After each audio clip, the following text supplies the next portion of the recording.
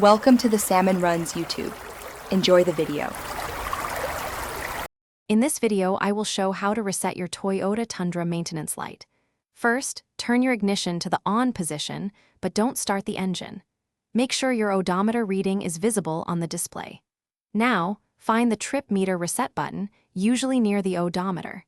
You'll use this button to navigate through the display options and initiate the reset process. It's a simple first step to getting that light off. Once you've located the trip meter button, press it repeatedly until trip A is displayed on your dashboard screen. This specific trip setting is crucial for the maintenance light reset. It's important to confirm that trip A is clearly visible before moving on to the next step. Don't rush this part. Accuracy here ensures the reset works correctly. This prepares your vehicle's system for the final command. With trip A showing, turn your ignition completely off. Now, press and hold the trip meter reset button.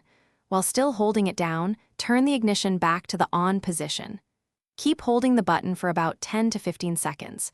You'll see a series of dashes appear, then the maintenance light will blink and finally disappear. This indicates a successful reset of your Toyota Tundra's maintenance reminder. Now, go ahead and start your Toyota Tundra's engine to confirm that the maintenance light is indeed off.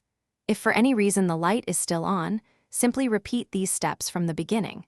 It sometimes takes a couple of tries to get the timing just right. Also, if you're looking for ways to improve your financial well-being, there's a fantastic resource available. Check the description below for a link to a book that can truly change how you think about money, along with other helpful deals. Thanks for watching. Consider subscribing if we helped you.